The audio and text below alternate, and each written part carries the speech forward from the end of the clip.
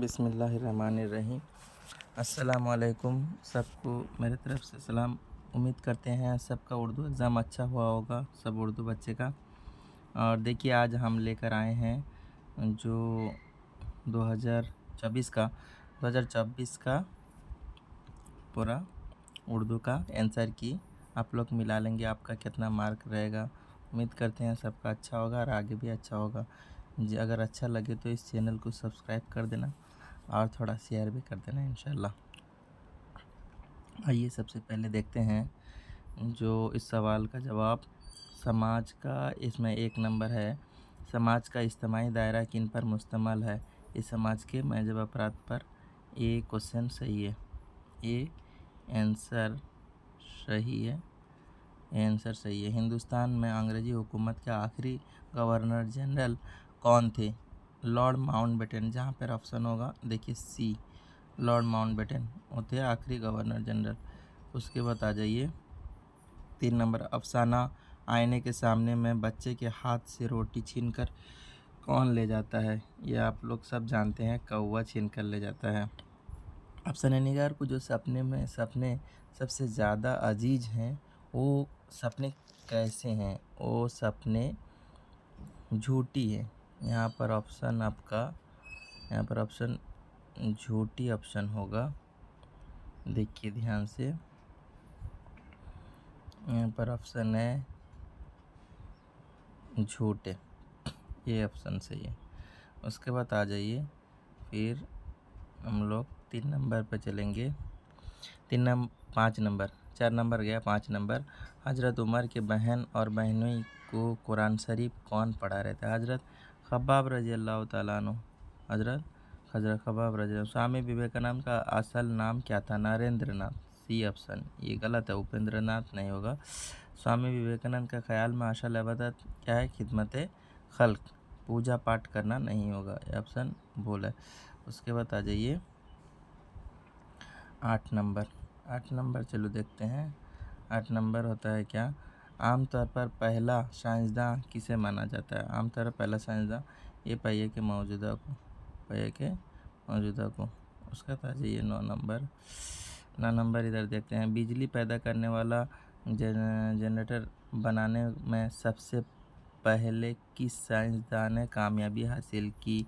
ये Michael Faraday, B option. Mishra साहब ने नवाजिश को किस चीज़ की तजारत का मशवरा दिया? ये हुआ रद्दी की तजारत, ये सही है सर। खाने के बाद नोबेल साहब ने किस चीज़ से इब्नुल वक्त को तवज्जो की? सिगरेट। क्या उसे कहते हैं? सिगरेट। हुक्के भी ऑप्शन है, हुक्के भी है, सिगरेट भी है, लेकिन सिगरेट ज़्यादा ही ऑप्शन है। उसके बाद आ जाइए आप अज़वजत मोतरहात में से किस एक को अपने हमरा सफ़र में ले जाने का फ़ैसला किस तरह करते हैं? कि ये होता है कुर्रा अंदाजी से। ऑप्शन ए कुर्रा अंदाजी से। यह 12 नंबर। उसके बाद आइए 5 नंबर तो हो गया था। 13 नंबर आइए। आपका सहाबा कराम से बर्ताव कैसा था? आपका सहाबा कराम से 13 नंबर। आपका सहाबा कराम से कैसा था? मोहब्बत रदारी से पेश आते थे, ऑप्शन बी। उसके बाद आ जाइए इंसानी ज़िंदगी का आला तरीन मकसद क्या है? ये हुआ वतन की मोहब्बत। वो जगह जहाँ हम पैदा हुए पले बड़े उसे क्या कहते हैं? उसे वतन कहते हैं। उसके बाद आ जाइए 16 नंबर। चाँद किसके बस एक इशारे से शक हो गया? हज़रत मोहम्मद सल्लल्लाहु अलैहि वसल्लम। ये आप लोग सब जानते हैं। हमारा ये 17 नंबर। सम्मा के मानिन कौन चश्म नम आता है और दामन तर चला जाता है? कौन आता है? सम्मा के मानिन इंसान। एक मस्त खाक जामा अज़दाद कायनात। यहाँ खाक देखो दोनों ऑप्शन है, तमाम मखलूक ये तो, और बसर माने यहाँ कुरान में जिक्र है बसर का, ये माने है इंसान, तो तमाम मखलूक या बसर, ये दोनों में से होगा।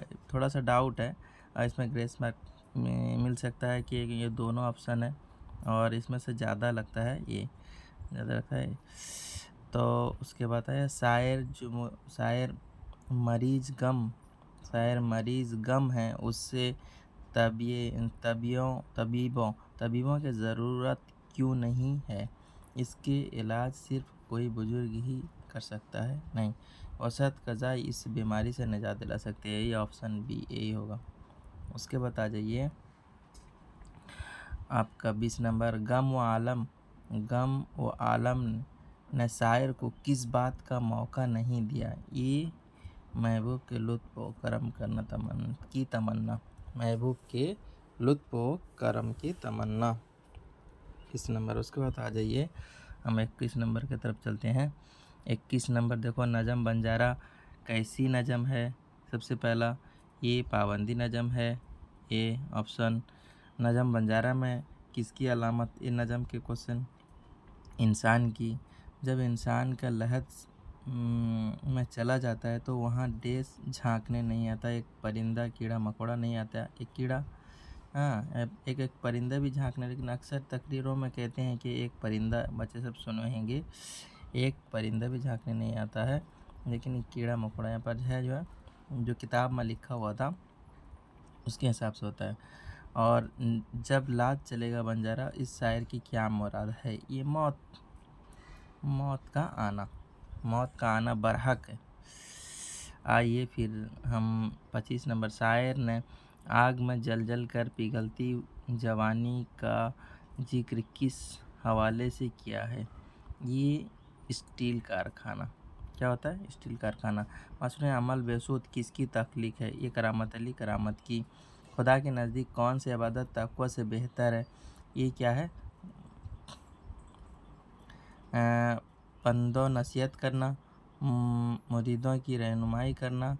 ध्यान दीजिए, उसद मखलूक के काम आना, मजाकरात में हिस्सा लेना। नहीं, मखलूक के काम आना सबसे ऐसा लेवल। और तलुक चंद महरूम ने अपने रुबाई में ज़िंदगी गुजारने के हवाले से क्या पैगाम दिया? खुदा की नेमतों से लुत्फ़अंदोज़ होना। ये पैगाम दिया है, खुदा की नेमतों से लुत्फ़अंदोज़ होना। आइए उसके बाद ये गया 28 नंबर। उसके बाद आइए 29 नंबर, अमजद हैदराबादी ने अपनी रुबाई में नासमझ इंसान की खासियत क्या बताई? नासमझ इंसान की खासियत बताइए कि तालीम से उसकी जहालत नहीं जाती है। और अब्दुल मोतिन जामी की रुबाई में किस चीज़ का पाना ज़्यादा मुश्किल करार दिया गया है? ये होता है इज़्ज़त। तस्बिया में जिस चीज़ को किसी दूसरे चीज़ के मुमासिल करार दिया जाता है उसे मुस्बा बे कहते हैं। मुस्बा होता है क्या? पहले मुस्बा होता है, ये देखिए, और मुस्बा बे सही आंसर है। मुस्बा होता है किसी दूसरे चीज़ को इस चीज़ से करार देने को मुस्बा कहते हैं। मुस्बा बे जिस चीज़ को किसी दूसरे चीज़ से कहते हैं उसे मुस्बा बे कहते हैं। तो इसी वजह से आंसर बी ज़्यादा ही ऑप्शन रखता है, आंसर बी। और आइए फिर 32 नंबर, जिस किसी लफ्ज़ का इस्तेमाल के असल माना को हट कर दूसरे माना में किया जाए तो यहाँ इस्तियारा ही कहते हैं, इसे इस्तियारा कहते हैं। आइए इसके बाद 33 नंबर, जब किसी लफ्ज़ का असल माना से हटकर दूसरे माना में किया जाए और दोनों माना के दरमियान तस्बिया का ताल्लुक़ न हो तो उसे ऐसी सनद क्या कहते हैं? उसे मिजाज मुरसल कहते हैं। किसी बात को पोशीदा अंदाज में कहना किसी सनद की सिफत है, ये होता है किनाया, इसे कहते हैं किनाया। उसका आइए 35 नंबर, दर्ज झील में से किस मिसरे में इस्तियारा का इस्तेमाल हुआ है? आप देख लेंगे, इसमें सम्मा के मानिन इशारा किया है, सम्मा के मानिन, ये पहले से ही गजल किसी सम्मा के मानिन हम इस बज़्म में। उसके बाद आइए, किसी गज़ल का सबसे अच्छा शेर उसे साबियत कहते हैं। ये तो मतला नहीं होगा। अब ध्यान दीजिए, पहले ये जो मतला कभी भी नहीं होगा, मक्ता कभी भी नहीं होगा, साबियत ही कहते हैं। और आइए फिर चलते हैं आगे। 37, गज़ल का वो शेर जिसमें शायर अपना तखल्लुस पेश करते हैं उसे क्या कहते हैं? उसे तो आप सब जानते हैं इसे मक्ता कहते हैं। सबसे आसान सवाल, तखल्लुस से क्या मुराद है? शायर का कलमी नाम। गज़ल के मुतालिक गज़ल में मतलब के बाद आने वाला शेर उसे हुस्न मतलब कहते हैं, उसे हुस्न मतलब कहते हैं। और ज़माना के ज़मा निशानदेही अज़मना, ये होगा ए अज़मना, ज़माना के निशानदेही ये होता है आज़मना। ध्यान दीजिए सही से, आज़मना। 41 नंबर देखिए 41, दर्ज झील में कौन सा लफ्ज़ सानियत है? सानी, ए सानी, जिसका बानी बुनियाद रखने वाला सानी। यहाँ बानी भी ऑप्शन है और यहाँ सानी, ये दोनों में ज़्यादा सानी करीबी है। दर्ज झील में हक की सही जीत कौन सा है? हक की बातिल। हक का सही जीत होता है बातिल। 2 गलत नहीं होगा। गज़ाब, अज़ाब तो है। अच्छा, उसका था ये 43 नंबर, जब झील जोड़ों में से कौन सा मुतशब्बह अल्फाज की मिसाल नहीं है? ये सब ये नहीं है। उसका 44, दर्ज झील में से सही जुमले की निशानदेही कीजिए। दर्ज झील में सही जुमले की निशानदेही क्या? वो हर रोज़ बिला गाना खेलता है, हर रोज़ बिला गाना खेलता है। आइए उसके बाद 45 नंबर, मेरे मुतालिक आपके हुस्न क्या है? मेरे मतलब आपके हुस्न ज़न है। हवा बांधना किसी की तारीफ़ करना, किसी की तारीफ़ करना, हवा बांधना। और उसके बाद आगे चलिए, दर्ज झील में तज़कीर लफ्ज़ की निशानदेही कीजिए। दर्ज झील में तज़कीर के जिक्र होता है अमरूद, यहाँ पर अमरूद है। उसके बाद चोर की दाढ़ी में तिनका, चोर की दाढ़ी में तिनका, इसका होता है खताकार की बातों से खता जाहिर होना, ये होता है ऑप्शन ए।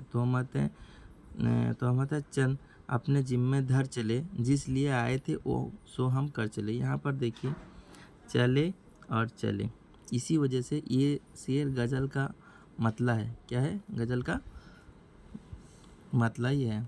50 नंबर, आखिरी नंबर देख लीजिए, हरम दिल में मुकीम होकर वो दे रहे हैं फना की दावत, है मसलिहत बेखुदी कुछ ऐसी कि मुझको अपना पता नहीं है। दर्ज वाला शेर में कौन सा तखल्लुस के तौर पर इस्तेमाल किया था? ये मसलिहत, यहाँ आम तौर पर आप लोग जानते हैं ये मसलिहत जो है तखल्लुस में। ये रहा आपका 50 नंबर। आप मिला लेंगे कि इसका कितना नंबर है। उम्मीद करते हैं इंशाल्लाह ज़रूर अगला फिर एग्ज़ाम होगा 2000, जब आप तब लेकर आएंगे आपके लिए बहुत सारा आंसर, साइंस का भी इसी में लेकर आएंगे। आप उम्मीद करते हैं आप सब्सक्राइब ज़रूर करेंगे। अल्लाह हाफिज़।